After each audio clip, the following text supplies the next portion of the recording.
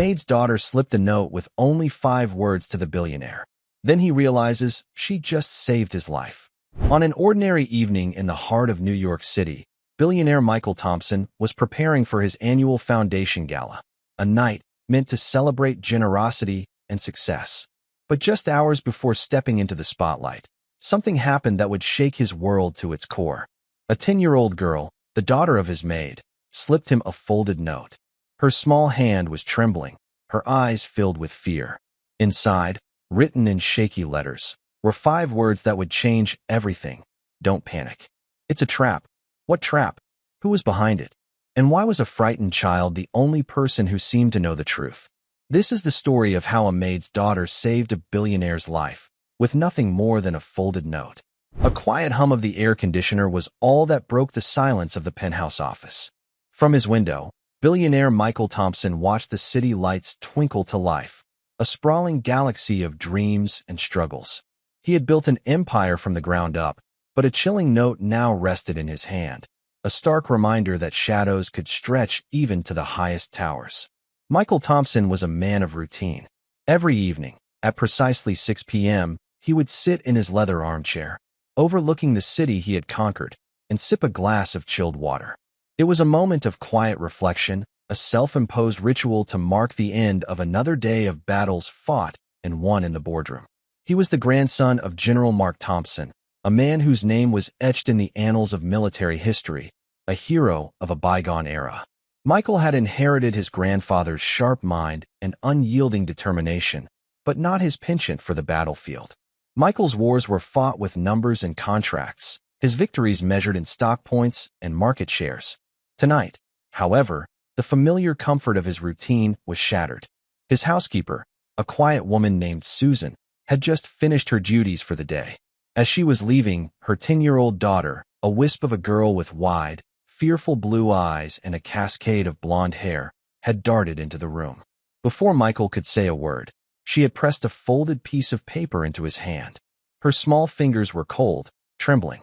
Then, just as quickly as she had appeared, she was gone, leaving Michael with the cryptic note. He unfolded it. The words, scrawled in a child's unsteady hand, were a jolt to his very core. Don't panic. It's a trap. Michael stared at the note, his heart a frantic drum against his ribs. A trap? What trap? He was a businessman, not a spy. His life was a predictable landscape of meetings, negotiations, and charity galas. He had rivals, of course, men who would gladly see him fail. But a trap? The word felt alien, a relic from his grandfather's world of espionage and covert operations, not his. He thought of the little girl, Emily. She was a shy child, always clinging to her mother's side, her eyes cast downward. He had always been kind to her, offering a warm smile or a piece of candy. Why would she write this? How could she possibly know something that his own high-priced security team had missed? A sudden, chilling thought pierced through his confusion. The annual Thompson Foundation Gala was tonight. It was the crown jewel of his philanthropic endeavors, a glittering affair attended by the city's elite. He was scheduled to give the keynote address in less than 2 hours. The gala was being held in a new wing of the city's art museum, a project he had personally funded. It was a public event, a celebration of his generosity. It was also the perfect place for a trap. He walked over to his desk and pressed a hidden button. A panel slid open, revealing a state-of-the-art security console. He reviewed the security protocols for the gala. Everything seemed to be in order. His head of security, a former Secret Service agent named David Chun, had assured him that the venue was secure. But the girl's note had planted a seed of doubt, a tiny, poisonous seed that was now sprouting into a thicket of fear. He trusted David. The man was a consummate professional, meticulous and thorough. But David saw the world in terms of threats and countermeasures, of bodyguards and metal detectors. He was trained to spot the obvious dangers, the overt attacks.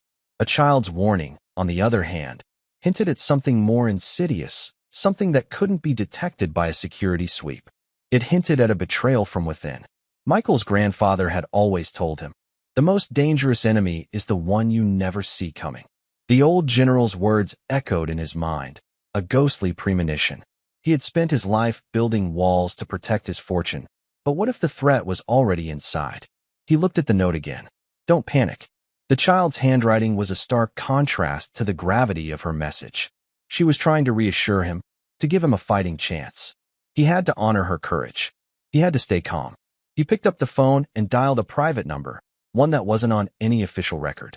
It was a number he hadn't used in years, a relic from a past he had tried to leave behind. A gruff voice answered on the second ring. "It's been a long time, old friend," Michael said, his voice steady despite the tremor in his hand. "I need your help." He didn't know who to trust, but he knew he couldn't walk into that gala alone. He needed eyes and ears that weren't on his payroll, someone who could see the things that his own security team might miss. He needed someone who understood the art of the unseen war, the war his grandfather had fought so bravely. As he spoke, he couldn't shake the image of the little girl's face from his mind. Her wide, terrified eyes, her trembling hand. She had risked everything to warn him. Now, it was up to him to find out why. The city lights outside his window seemed to mock him, their brilliance a stark contrast to the darkness that was closing in. He had built this city, in a way.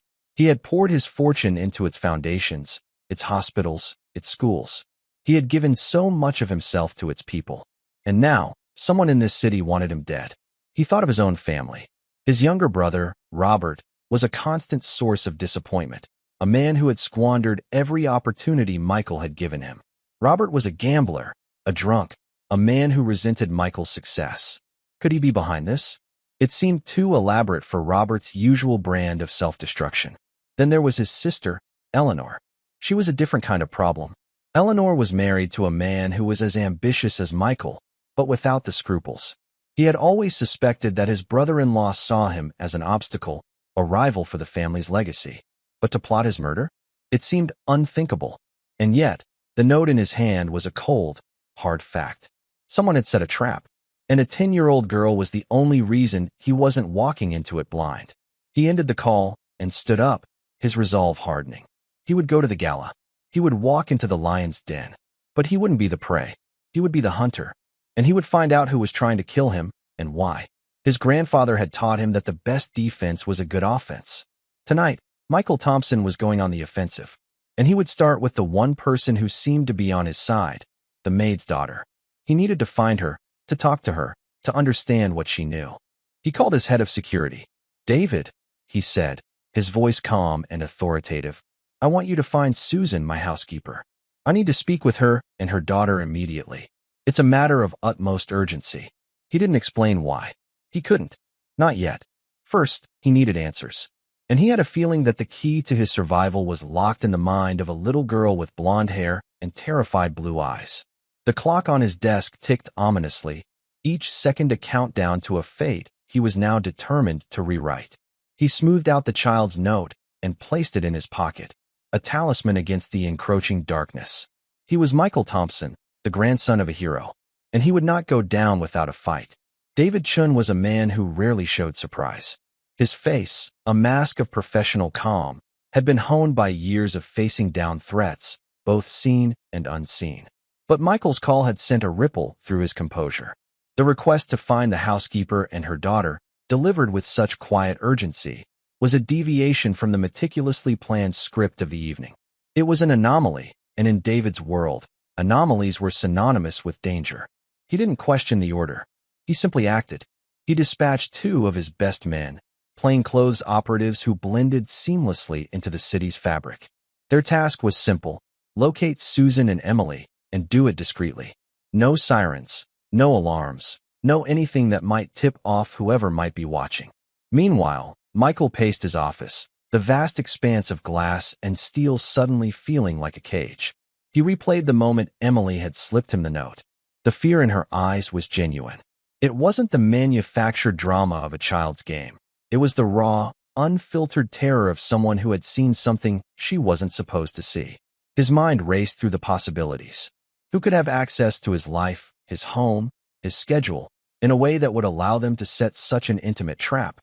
The circle of trust he had built around himself was small, fortified by layers of security and loyalty oaths. Yet, the note suggested a breach, a serpent in his gilded garden. His private line buzzed, startling him. He snatched the phone. "Yes, I'm here," the gruff voice from earlier said.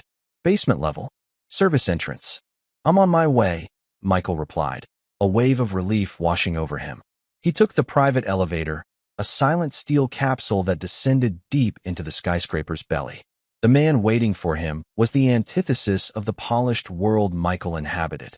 He was of average height and build, with a face that was easily forgettable, the kind you wouldn't look at twice in a crowd. His name was Jacob, and he had once been his grandfather's most trusted operative, a ghost who moved through the world unseen. After the general's death, Jacob had disappeared, melting back into the shadows from which he had come. "Jacob," Michael said, extending his hand. Jacob's grip was firm, his eyes sharp and assessing, missing nothing. "You look like your grandfather when he was worried," he said, his voice a low rumble. "What's the situation?" As they ascended back to the penthouse, Michael explained everything. The note, the gala, the gnawing suspicion that someone close to him was orchestrating his demise. Jacob listened without interruption, his expression unreadable. When Michael finished, Jacob walked to the window, his gaze sweeping over the cityscape. "A child's warning," Jacob mused, more to himself than to Michael. "The oldest trick in the book. No one ever suspects the child. They are invisible, their words dismissed as fantasy." He turned back to Michael. "This trap, it's not about brute force. It's about precision. They want to make it look like an accident, something that won't raise suspicion." Just then, David Chun entered the office. He gave Jacob a curious, professional glance before addressing Michael. "Sir, we've found them. Susan and her daughter are at a bus station downtown. They had tickets for a bus leaving the state in an hour." Michael's blood ran cold.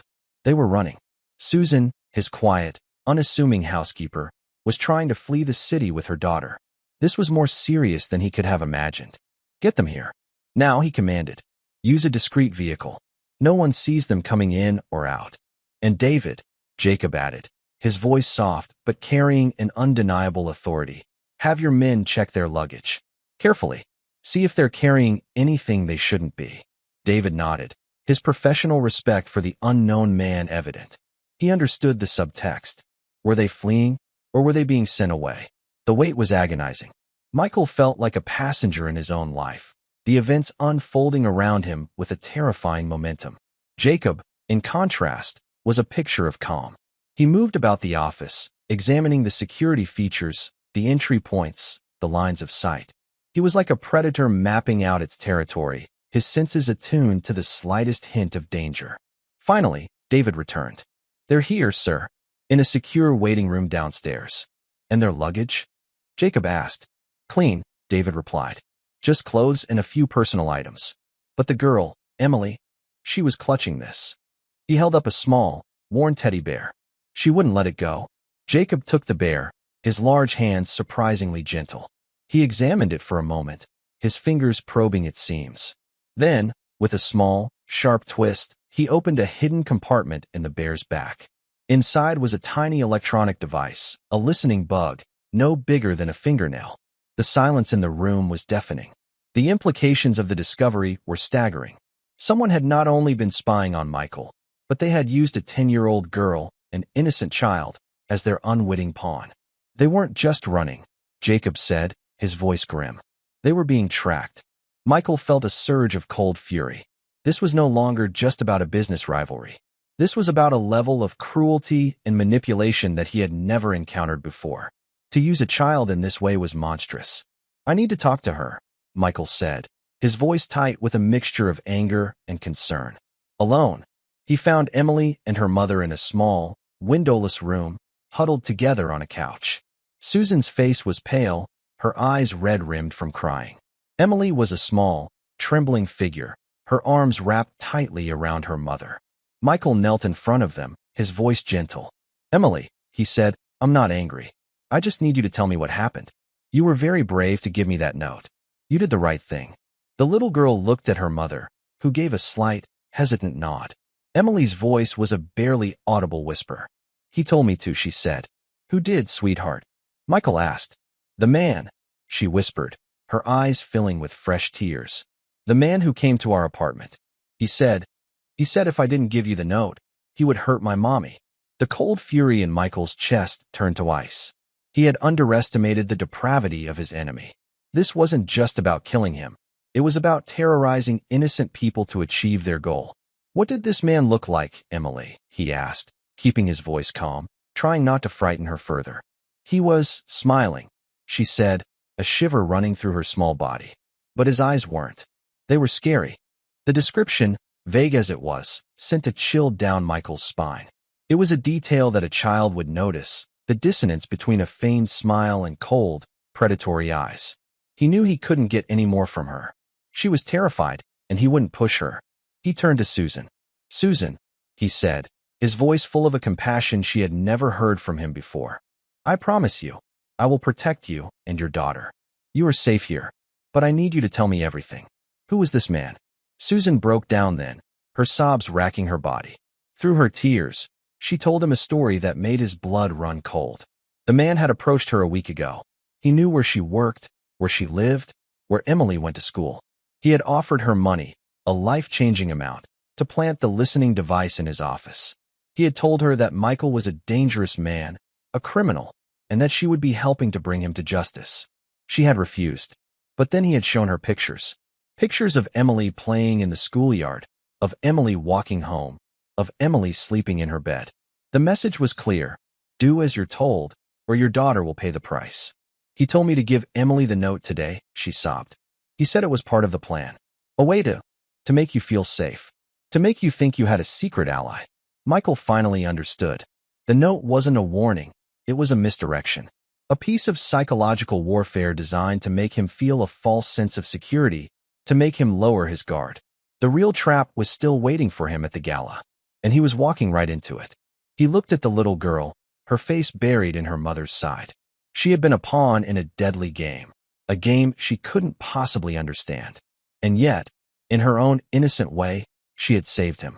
Her fear, her trembling hand, the genuine terror in her eyes, that's what had alerted him that something was truly wrong. A professional operative would have delivered the note with a steady hand and a convincing performance. But a terrified child couldn't hide her emotions. Her fear had been the one thing the mastermind behind this plot hadn't counted on. He stood up, his mind clear, his purpose solidified. "Jacob," he said, speaking into his watch, "get them to the safe house. The one my grandfather used. No one knows about it. Keep them there until I say otherwise." He turned back to Susan. "You did the right thing by telling me," he said. "Now, let me do the right thing by protecting you." As he left the room, he could feel the weight of the evening pressing down on him. The gala was in less than an hour.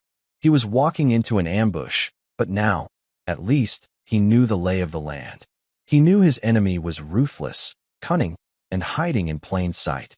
He also knew that he had an unexpected ally in a 10-year-old girl with blonde hair and a teddy bear. And for the first time that night, he allowed himself a small, grim smile. His grandfather had always said that courage came in all sizes. Tonight, he had seen the truth of that old adage with his own eyes. The game was afoot, and Michael Thompson was ready to play. The ride to the museum was a silent, tension-filled journey through the city's glittering veins. Michael sat in the back of his armored town car, the familiar luxury of the leather seats offering no comfort. Beside him, Jacob was a statue of calm, his eyes scanning the traffic, the pedestrians, the city's nightly rhythm, searching for anything out of place. The city Michael had always seen as a testament to his success now felt like a hunting ground, and he was the quarry. "They'll be watching for your reaction when you see them," Jacob said, his voice a low murmur that barely disturbed the quiet hum of the car. "The people behind this. They'll be at the gala. They'll want a front-row seat to see their plan unfold." "My family," Michael said, the words tasting like ash in his mouth. "It has to be one of them. No one else has the access, the knowledge, or the motive," Jacob finished for him. "Legacy, jealousy, greed. They're the oldest motives in the book." He looked at Michael, his gaze direct and unflinching. "Your grandfather used to say, you can't choose your family, but you can choose who you trust. Tonight, you trust no one but me and Chun." David Chun was already at the museum, coordinating his team. He had doubled the security detail, but with a quiet efficiency that wouldn't raise alarm. His men were ghosts, melting into the crowd of waiters, valets, and museum staff. They were looking for the face that didn't fit, the gesture that was out of place, the shadow in the corner of the room. As they pulled up to the grand entrance, a throng of photographers and reporters surged forward, their flashes like a sudden burst of lightning. Michael stepped out of the car, forcing a smile that felt brittle and foreign on his face. He was a man playing a part, the benevolent billionaire, the city's favorite son. But beneath the mask, his senses were on high alert, every nerve ending screaming with a primal instinct for survival. Jacob exited from the other side, a nondescript man in a well-tailored but unremarkable suit. He was Michael's business associate, a face no one would remember, which was precisely the point. While Michael drew the attention of the crowd, Jacob's eyes were already scanning the rooftops, the windows of the surrounding buildings, the faces in the crowd. The gala was in full swing.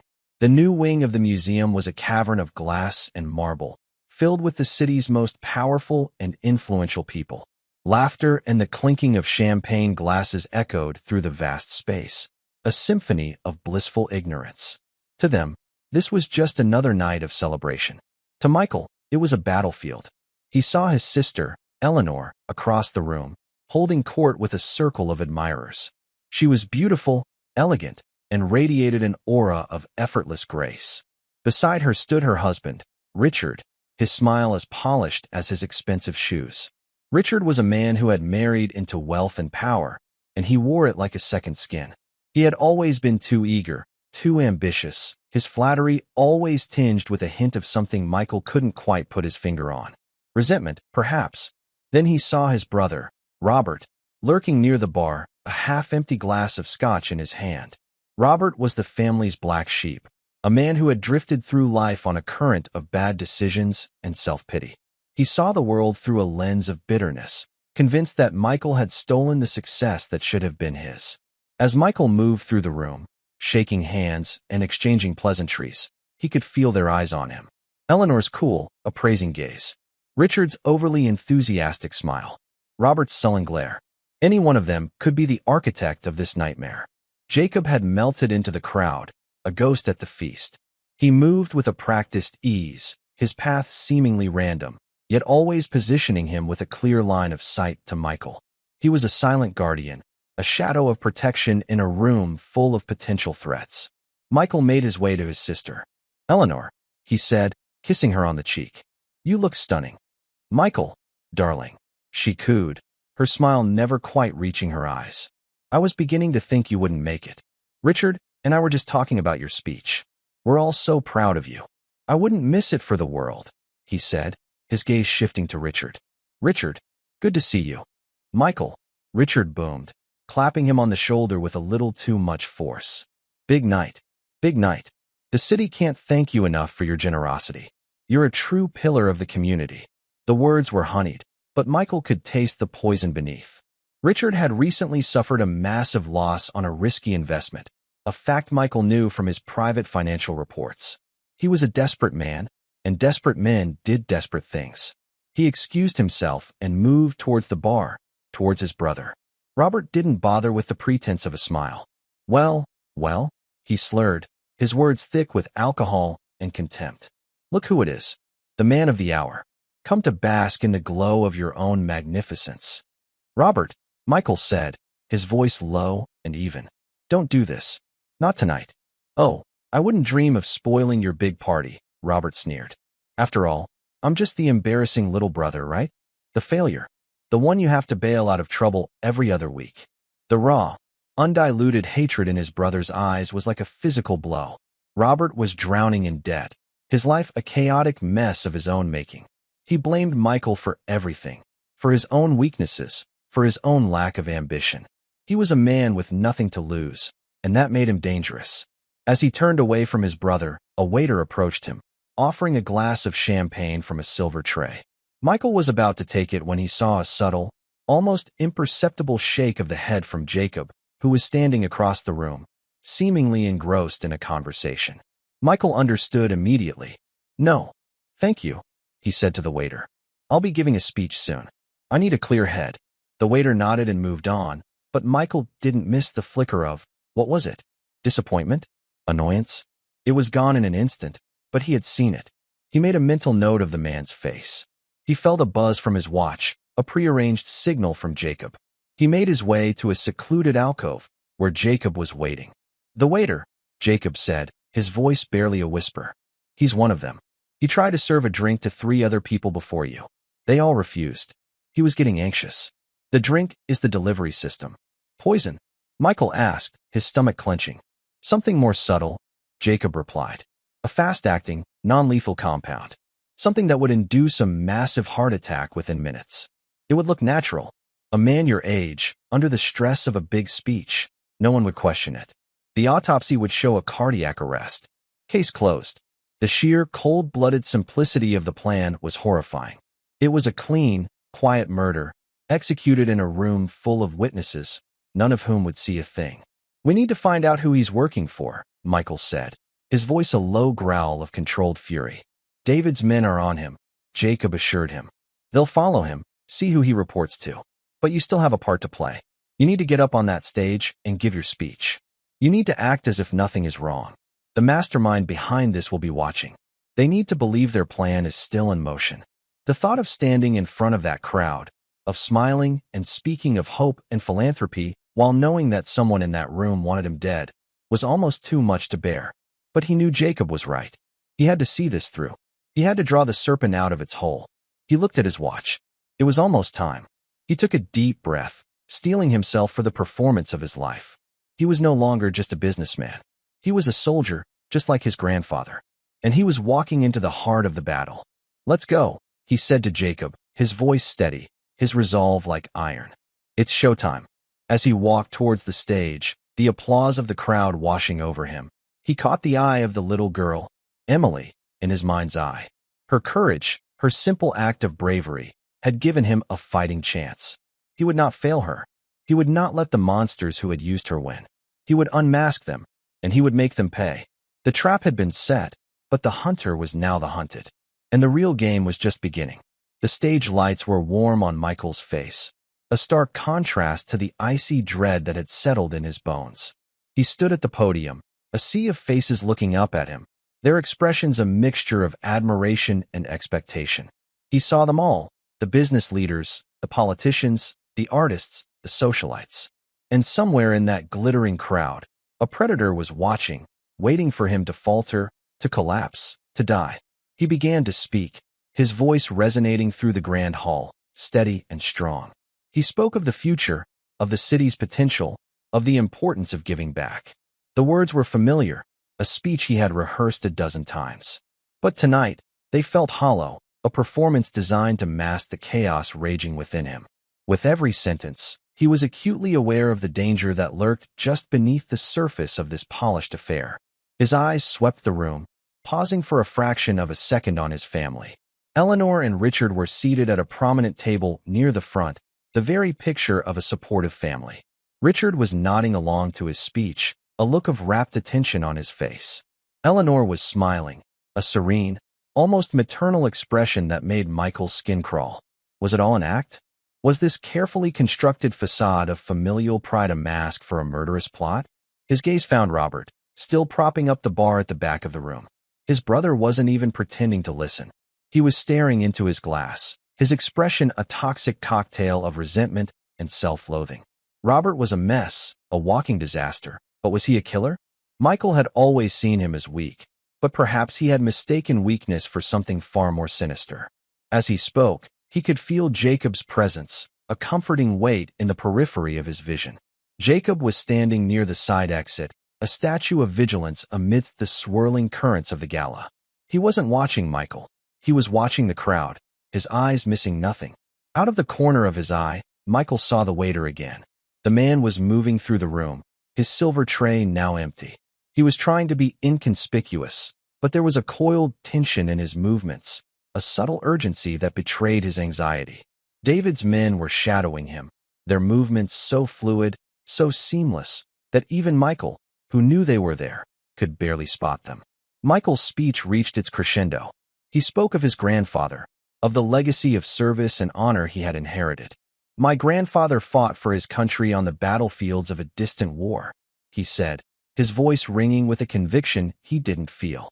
"He taught me that the greatest battles are not fought with guns, but with courage, with integrity, and with a commitment to protecting those who cannot protect themselves."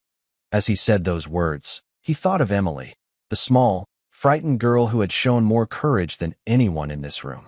He was fighting for her now, for the innocent life that had been so cruelly entangled in this web of deceit. He finished his speech to a thunderous applause. He smiled, waved, and stepped down from the stage, the adrenaline coursing through his veins. The first part of the plan was complete. He had shown no fear, no suspicion. He had played his part. Now, it was time for the next act. He was immediately surrounded by well-wishers, a crushing wave of handshakes and congratulations. He navigated the crowd with a practiced ease, his mind a million miles away. He was waiting for a signal, a sign that the trap was about to be sprung. He saw the waiter again, this time near the entrance to the museum's private collections, an area that was off-limits to the gala guests. The man cast a nervous glance over his shoulder before slipping through a service door. One of David's men, dressed as a museum guard, followed him without a moment's hesitation. A few minutes later, Michael's watch vibrated. A simple, one-word message from Jacob, now. Michael excused himself, pleading the need for a moment of fresh air. He made his way to a secluded terrace, the cool night air a welcome relief from the stuffy heat of the gala. Jacob was waiting for him in the shadows. The waiter made a call, Jacob said, his voice low and urgent. To a burner phone. We traced the signal. It's coming from inside this building. Who did he call? Michael asked, his heart pounding. We don't know yet. The call was short, just 2 words. He knows. Michael's blood ran cold. The plan had been compromised. The mastermind knew that he was aware of the trap. The game had changed. They were no longer the hunters. They were the hunted. Where's the waiter now? Michael asked. David's men have him. They're taking him to a secure location for a conversation. Jacob's tone left no doubt as to what that conversation would entail. But the real problem is the person he called. They're here, in this museum. And now they're desperate. A desperate enemy was a dangerous enemy. The carefully constructed plan had shattered, and in its place was a volatile, unpredictable chaos. The killer would have to improvise, to create a new plan on the fly. And that made them even more of a threat. What's our next move? Michael asked, his trust in Jacob absolute. We need to get you out of here, Jacob said. But we can't just walk out the front door. That's what they'll be expecting. We'll use the service tunnels. My men have already cleared a path. Just as he finished speaking, the fire alarm blared, a deafening, piercing shriek that cut through the night. Panic erupted in the gala hall. The guests, their faces masks of confusion and fear, began to surge towards the exits. It's a diversion, Jacob said, his voice calm amidst the chaos. They're creating a distraction to cover their escape. Or, he added, his eyes narrowing, to create an opportunity to get to you in the confusion. Suddenly, the lights went out, plunging the museum into a terrifying darkness, broken only by the flashing of the emergency strobes. The screams of the guests grew louder, a wave of pure, primal fear. Jacob grabbed Michael's arm, his grip like steel. This way, he said, pulling him towards a dark corner of the terrace. And stay low. They moved through the darkness, a pair of shadows in a world gone mad. The chaos was their cover, a shield against the unseen enemy who was now hunting them in the dark. Michael could hear the thud of his own heart, a frantic drumbeat against the symphony of chaos. His grandfather had faced ambushes on foreign battlefields, surrounded by enemies he could see, enemies who wore a uniform. Michael was facing an enemy who wore the face of a friend, a family member, a trusted associate. An enemy who had smiled at him, shaken his hand, and wished him well, all while plotting his death. As they navigated the labyrinthine corridors of the museum's service tunnels, guided only by the faint glow of Jacob's phone, Michael knew one thing for certain. The night was far from over. And before it was, he would come face to face with the person who wanted him dead. The trap had been sprung, not on him, but on the killer. And the museum had just become a cage from which only one of them would walk out alive. The service tunnels were a disorienting maze of concrete and pipes, a hidden underworld beneath the museum's polished facade. The air was thick with the smell of dust and damp earth, a stark contrast to the perfumed air of the gala. The only sounds were their own ragged breaths and the distant, muffled screams of the panicked crowd above. Every shadow seemed to hold a threat, every drip of water from a leaky pipe a footstep in the darkness. They'll have the main exits covered, Jacob said, his voice a low, steady presence in the oppressive dark. But they won't expect us to go deeper. There's a sub-basement that connects to the old city storm drains. It's our best way out. Michael nodded, his eyes straining to adjust to the gloom. He was a man accustomed to being in control, to navigating the world from a position of power. Now, he was a fugitive in his own city, his life in the hands of a man he barely knew. Yet, he trusted Jacob implicitly. There was a quiet competence about him, a sense of purpose that had been forged in the crucible of real-world dangers, not the sanitized conflicts of the boardroom. They moved in silence for what felt like an eternity, their path illuminated by the single, narrow beam of Jacob's phone. Michael's mind was a whirlwind of suspicion and betrayal. He saw his sister's serene smile, his brother-in-law's effusive praise, his brother's raw hatred. Any one of them could be the face behind this nightmare. The thought was a dagger in his heart, a betrayal that cut deeper than any physical threat. Suddenly, Jacob stopped, pulling Michael back against the cold, damp wall. He held a finger to his lips, his head cocked, listening. Michael held his breath, straining to hear what Jacob had heard. And then he heard it, a faint, scraping sound, coming from somewhere ahead of them in the tunnel. It was the sound of a footstep, hesitant and furtive, but undeniably there. Someone was in the tunnels with them. Jacob extinguished the light on his phone, plunging them into an absolute, suffocating blackness. The scraping sound grew closer. Michael's heart hammered against his ribs. This was it. The confrontation he had been anticipating, the moment when the faceless enemy would finally reveal itself. He could feel Jacob shifting beside him, his body coiled like a spring, ready to strike. The air crackled with a silent, deadly tension. The footsteps stopped just a few feet from where they were hidden.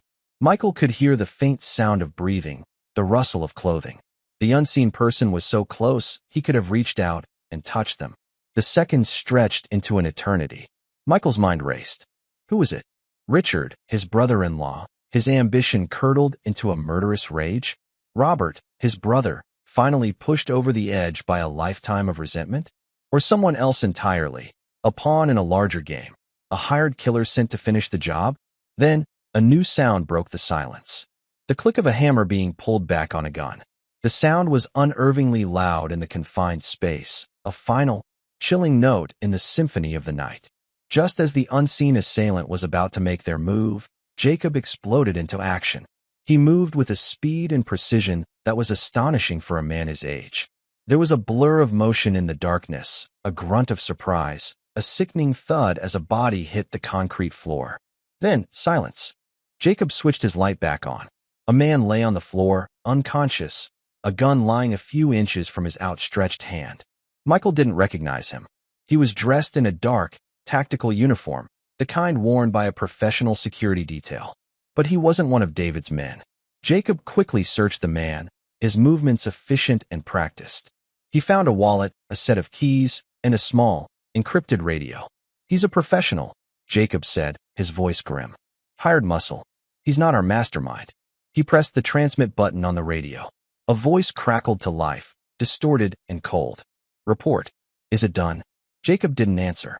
He crushed the radio under his heel, the sound of splintering plastic echoing through the tunnel. They're getting desperate, he said, looking at Michael. They sent a cleaner to finish the job. That means they're losing control.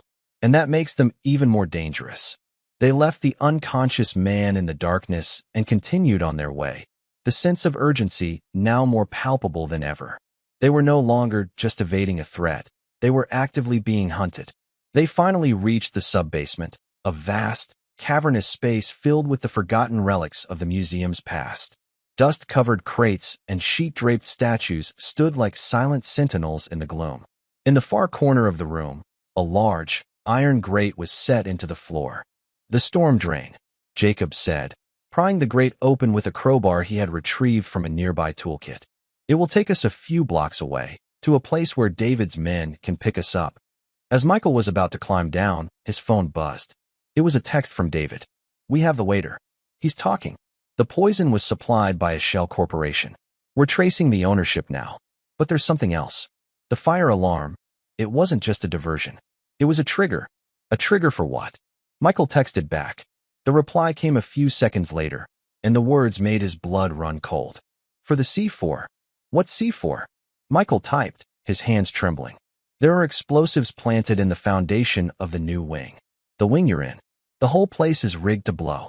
The fire alarm was supposed to be the trigger, but it seems to have malfunctioned. But he said there's a secondary trigger, a remote detonator. And the person with the detonator is still inside the museum. Michael looked at Jacob, his face pale in the faint glow of the phone. It's not just about me, he said, his voice a horrified whisper. They're trying to bring the whole building down. The sheer, monstrous scale of the plan was almost incomprehensible. This wasn't just a targeted assassination, it was an act of mass murder. The hundreds of guests, the staff, the emergency responders, they were all just collateral damage in a game so twisted, so evil, that Michael could barely wrap his mind around it. Who? He breathed, the question hanging in the air like a death sentence. Who would do this? Just then, David's next text came through. It was a single name. A name that shattered Michael's world into a million pieces. A name that made a mockery of everything he had ever believed about family, about loyalty, about love. The name was Richard, his brother-in-law. And with that name came a final, chilling piece of information. He's not alone. He's with Eleanor. And they have the detonator. Michael stared at the phone, the words blurring through a haze of disbelief and horror.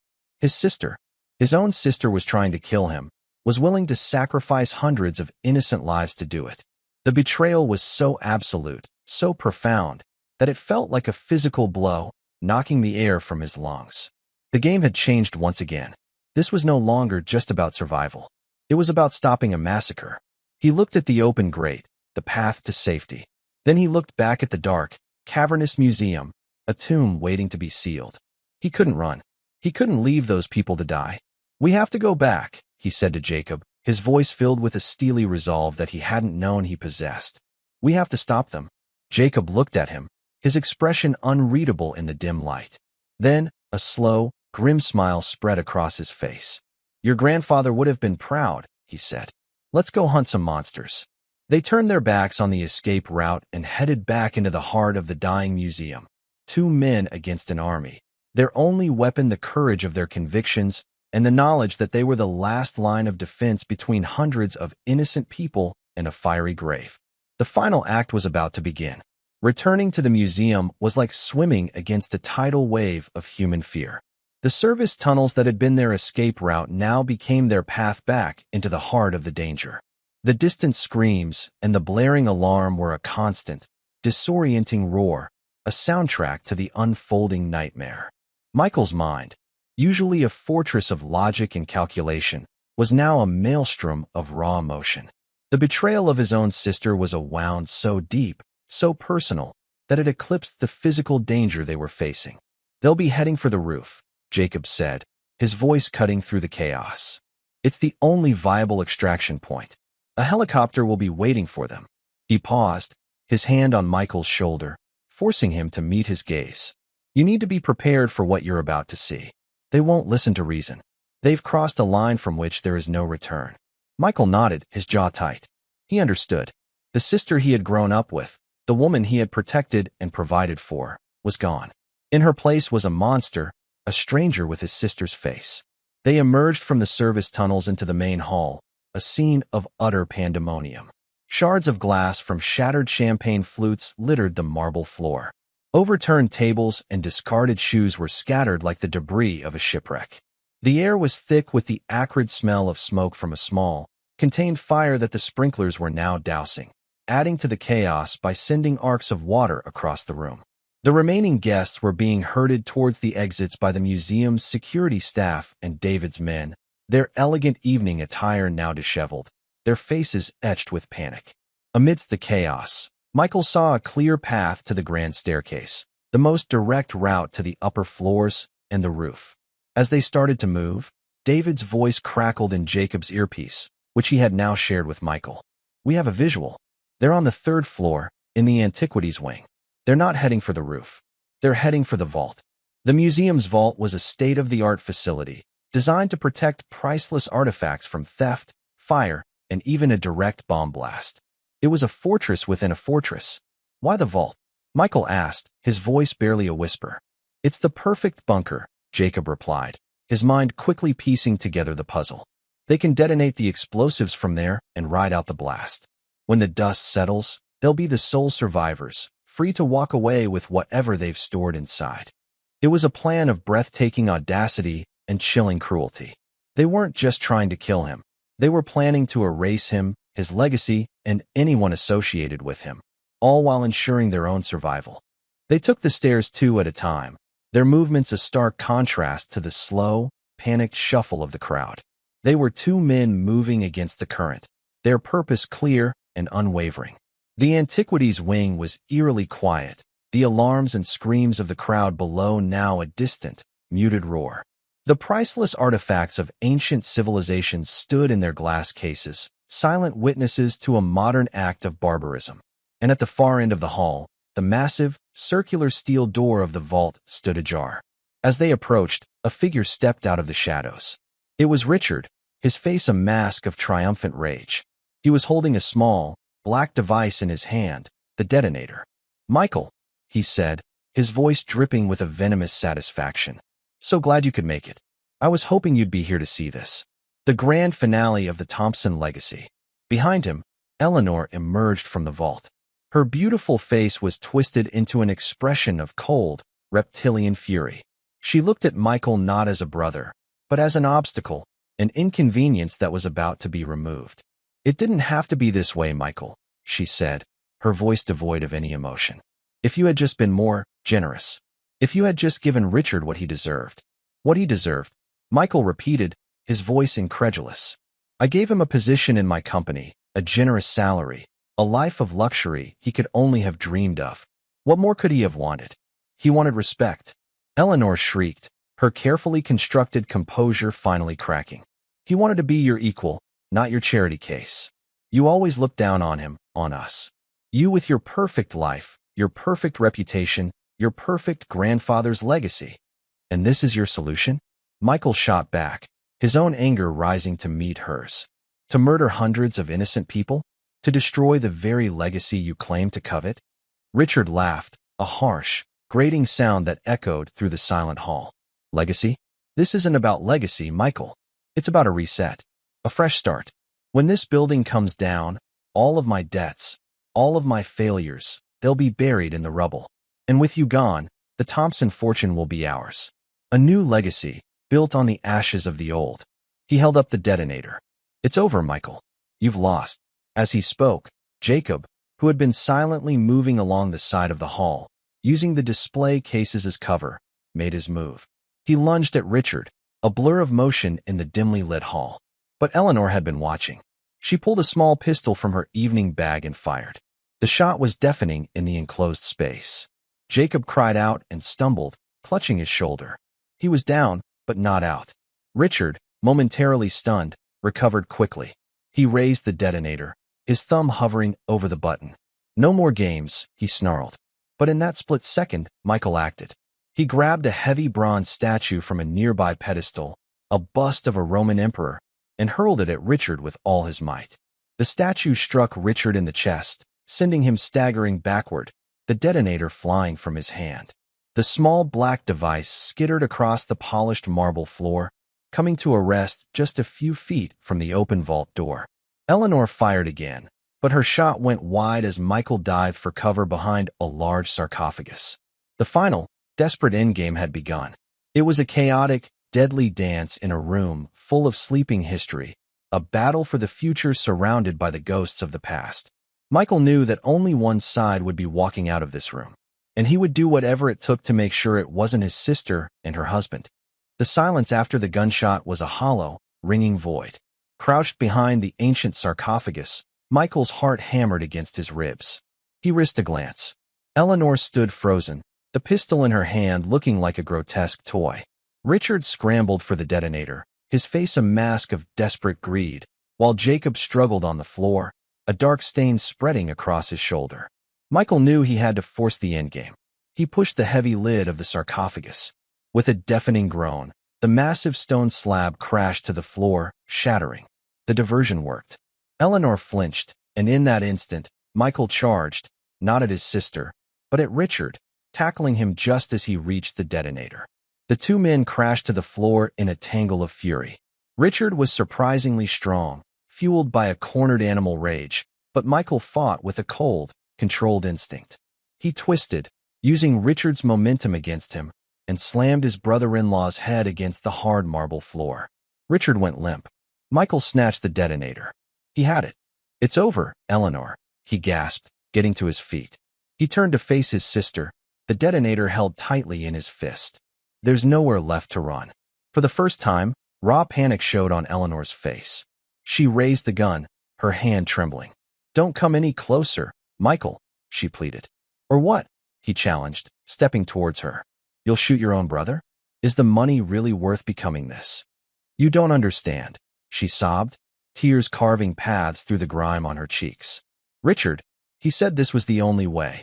The only way to prove myself, to build something of our own." The confession, so pathetic and weak, was a final, devastating blow. This entire nightmare was born from her insecurity and her husband's manipulative greed.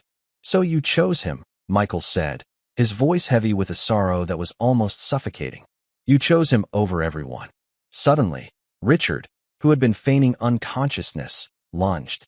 He tore the gun from Eleanor's hand and pointed it at Michael. But instead of aiming at his rival, he moved to stand behind the wounded Jacob, pressing the gun to his head. "She loves me," Richard snarled, his eyes wild with a crazed light. "Now, give me the detonator, Michael, or the old man dies."